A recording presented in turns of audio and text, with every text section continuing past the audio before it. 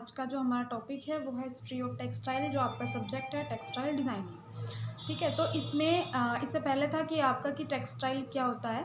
ठीक है, उसकी मीनिंग मैंने आपको बताया, उसकी डेफिनेशन भी बताई है। अब आती है हिस्ट्री ऑफ टेक्सटाइल। तो देखिए कि जो वस्त्र है या टेक्सटाइल कह सकते हो आप, दोनों एक ही बात होती है। तो वस्त्रों का इतिहास क्या रहा है आज से पहले, ठीक है।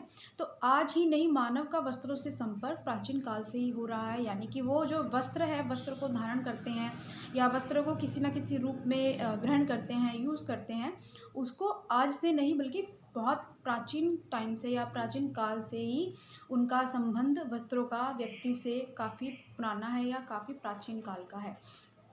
तो वस्त्र मानव सभ्यता संस्कृति के सूचक होते हैं। देखिए, जो हम वस्त्र धारण करते हैं कहीं न कहीं हमारी सभ्यता, हमारी संस्कृति को के प्रतीक माने जाते हैं। प्रारंभ में मानव ने घास-फूस, पेड़-पौधों के पत्ते तथा छाल व मृत पशुओं की खाल आदि का प्रयोग किया। देखिए, जो मानव था पहले टाइम में, उसने अपने शरीर को ढकने के लिए या अपने आप को अलग-अलग वेदर से प्रोटेक्ट करने के लिए या अपने पार्ट्स को छुपाने के लिए, प्राइवेट पार्ट्स को छुपाने के लिए उसने अ पेड़ पौधों के पत्ते, घास-फूस या जो मृत प पक्षी होते थे, पशु होते थे, उनकी खालों को अपने शरीर पे धारण किया, ताकि वो अपने आप को प्रोटेक्ट कर सके अलग-अलग वेदर से, सर्दी से, गर्मी से या इंसेक्ट से। तो उसने अलग-अलग चीज़ों का, घास-फूस, पेड़-पौधे, पत्ते, इन सभी का उसने यूज़ किया अपने आप को ढकने के लिए। किंतु मानव इतने से कब संतुष्ट होने वाला था, यानी कि जो मानव होता है वो कभी भी एक चीज़ को लेकर के संतुष्ट नहीं होता है। जो उसकी इच्छाएँ होती हैं वो और ज़्यादा बढ़ने लगती है जब उसको एक चीज़ प्राप्त हो जाती है।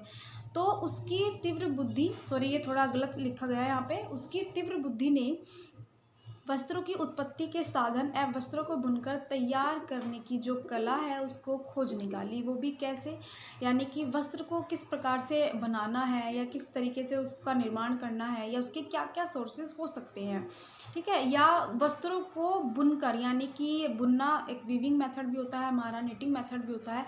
तो ऐसे हमारा वस्त्रों को बुनने के जो मेथड होते हैं अलग अलग, उनकी जो कला है उसको खोज निकाला। वो भी कैसे, देखिए जो पक्षी होता है, जब पक्षी अपना घोंसला बनाता है तो उसने पक्षियों को देखा, या चिड़िया फॉर एग्जांपल, चिड़िया को देखा कि वो अपना घोंसला बुन रही है। वो कैसे बुनती है अपना घोंसला? लटाओ या जो बेलें होती हैं, जो हमारी पतली पतली बहुत सॉफ्ट जो हमारी बेल होती है, बेल पत्तियाँ होती हैं, उनको आपस में गूथा। ठीक है, जब वो पेड़ पे से छोटे छोटे तिनकों को इकट्ठा करती है, छोटी छोटी टहनियों को इकट्ठा करती है जो बहुत सॉफ्ट होती है, उनको आपस में उसने गूथा या इस तरीके से रखा कि वो आपस में एक दूसरे से बहुत ज़्यादा जुड़ने लगे। तो उसने उन बेलों को, उन रस्सियों को गूथा देखकर, तो रस्सियाँ व चटाई आदि बनाने की प्रेरणा उनको मिली। तो यानी कि जो वस्त्र कहा जाता है प्राचीन टाइम में, कि जो मानव ने वस्त्रों का निर्माण किया, कहीं न कहीं उन्हें पक्षियों को देख कर के जब अपना घोंसला बनाते हैं तो उनको देख के उसने ऐसी कला का निर्माण किया ताकि वो अलग-अलग तरह के वस्त्र को बना सके या अलग-अलग वस्त्रों को बुन सके। तो प्रारंभ में बनी हुई चटाई आवश्यकताओं तथा बाँटी हुई रस्सियों से उसने अपनी बुनियादी आवश्यकताओं की पूर्ति करने में सफलता मिली। यानी कि देखिए, उसने जो उसकी बेसिक सी नीड्स थी, उसने उन नीड्स को पूरा किया उन रस्सियों से, उन बेलों से, ठीक है। उन चटाई बनाई बैठने के लिए, ऐसी बहुत सारी रस्सियाँ बनाई, ऐसी बहुत सारी चीज़ें हैं जो उसने अपनी आवश्यकता की पूर्ति के लिए उसको बनाया।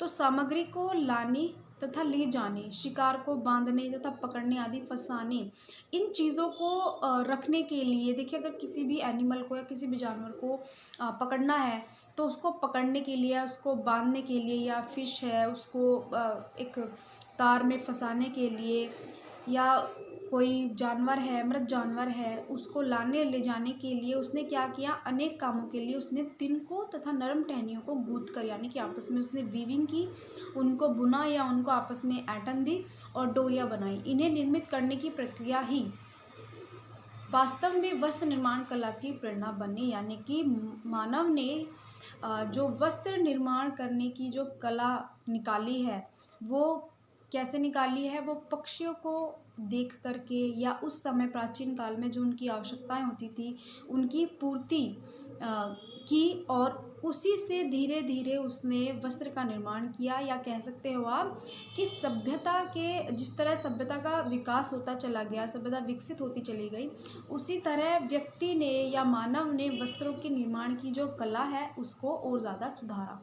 तो अति प्राचीन काल में जिन देशों की सभ्यता तथा संस्कृति विकसित थी वहाँ सुंदर वस्त्रों का निर्माण होने लगा था, यानी जो पहले से ही विकसित थी उनकी कला, और उन कलाओं में और सुंदर वस्त्रों का निर्माण होने लगा।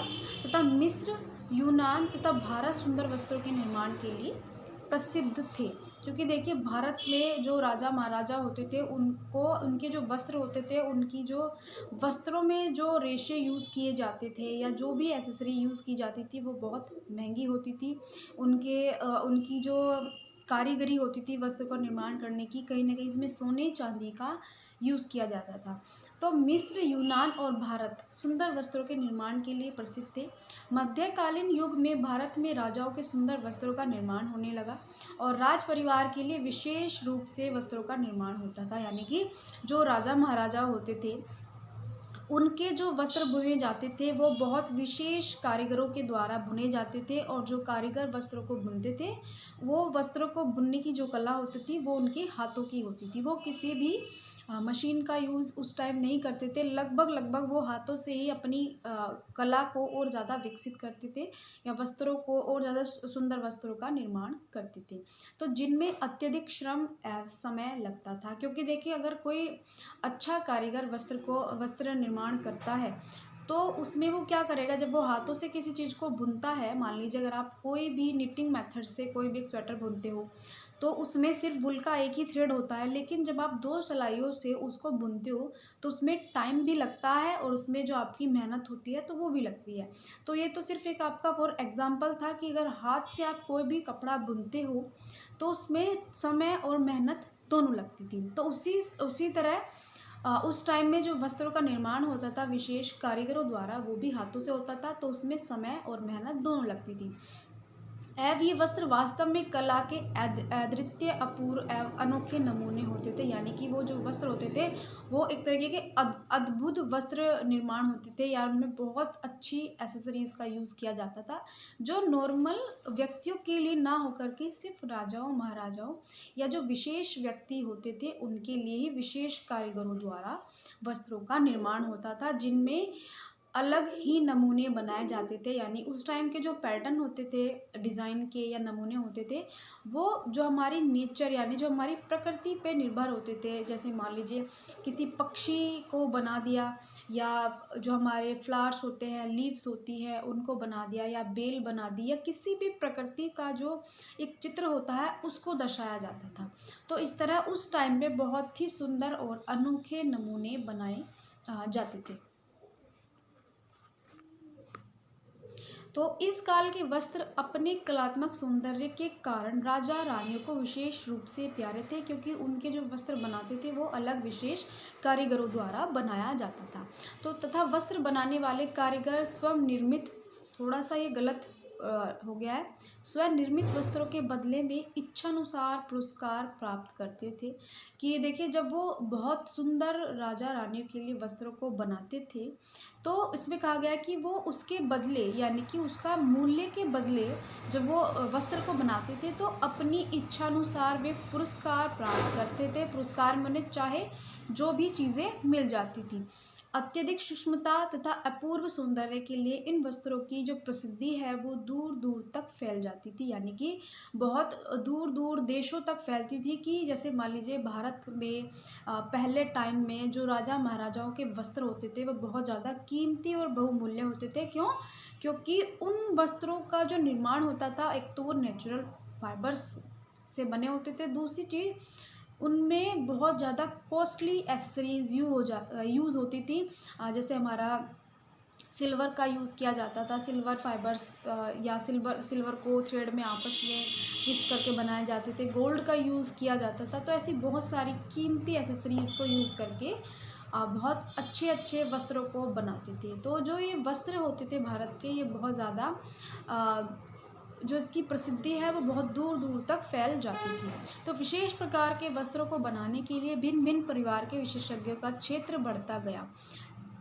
देखिए, जो वस्त्रों को बनाते थे, अलग अलग परिवार के जो विशेषज्ञ होते थे या एक तरीके से कह सकते हो एक्सपर्ट होते थे, उनका जो क्षेत्र है वो बढ़ता चला गया। क्योंकि पहले टाइम में जो कला होती थी, वस्त्र निर्माण कला, वो दर पीढ़ी दर चलती थी, यानी एक परिवार से दूसरे परिवार में जाती थी। तो वो जो कला थी सिर्फ वो परिवार तक ही सीमित थी, एक क्षेत्र तक ही सीमित थी, एक राज्य तक ही सीमित थी। लेकिन धीरे धीरे सभ्यता के विकास के साथ साथ ये जो विशेषज्ञ होते थे, इनका क्षेत्र बढ़ता चला गया। कोई व्यापार के लिए बाहर दूसरे राज्य में चला गया तो वो कला वहाँ प्रसिद्ध हो गई, उस राज्य से वो दूसरे देश चला गया तो कला वहाँ प्रसिद्ध हो गई। तो इन विशेषज्ञों का जो क्षेत्र था वो बढ़ता चला गया। इस कला का प्रसार परिवार की सीमाओं को लांघकर बड़े बड़े क्षेत्रों में फैल गया। जैसे मैंने बताया भी आपको कि राज्य से कोई व्यक्ति बाहर जाता था या एक घर से एक क्षेत्र में जाता था, क्षेत्र से राज्य में, राज्य से देशों में जाता था अपने काम को करने के लिए। तो ये जो कला होती थी इसी तरह धीरे धीरे सारी जगह या पूरे संसार में फैल गई। तो इसी तरह ये जो कला होती है ये फेमस हो जाती है, प्रसिद्ध हो जाती है कि ये कला उस राज्य की या उस देश की कला है। तो इसी तरह ऐसे हमारा देश है कि बहुत प्रसिद्ध है प्राचीन काल के वस्त्रों के लिए, अनोखे वस्त्रों के निर्माण के लिए। क्योंकि हमारे देश में देखिए बहुत सारी कलाएं ऐसी हैं जो दूसरे देशों में बहुत ज़्यादा प्रसिद्ध है। तो ढाका किसके लिए फेमस होता है? मलमल के लिए फेमस है, यानी कि उस जगह का जो फेमस या प्रसिद्ध वस्त्र है वो उस जगह का फेमस होता है। जैसे ढाका का मलमल, या मलमल के लिए ढाका फेमस होती है, या बालूचर है वो बालूचरी साड़ियों के लिए प्रसिद्ध है, यानी वहाँ की वो कला उसमें विकसित है।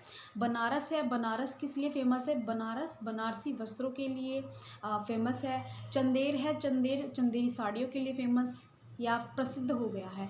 तो इस प्रकार कई स्थानों के नाम विशेष उनके नामों या उनकी कलाओं के नाम से जुड़ गए हैं, यानी कि जिस क्षेत्र में जिस कला प्रसिद्ध थी वो कला ही उस शहर का या उस विशेष क्षेत्र का नाम बन गया है। तो स्टूडेंट्स, ये हमारी हिस्ट्री है टेक्सटाइल की, कैसे वो हुई, कैसे बनी, कैसे फेमस हुई, सभ्यता के साथ साथ वो कैसे विकसित हुई और एक क्षेत्र में सीमित ना रह करके वो पूरे विश्व में फैल गई या अलग अलग क्षेत्रों में फैल गई।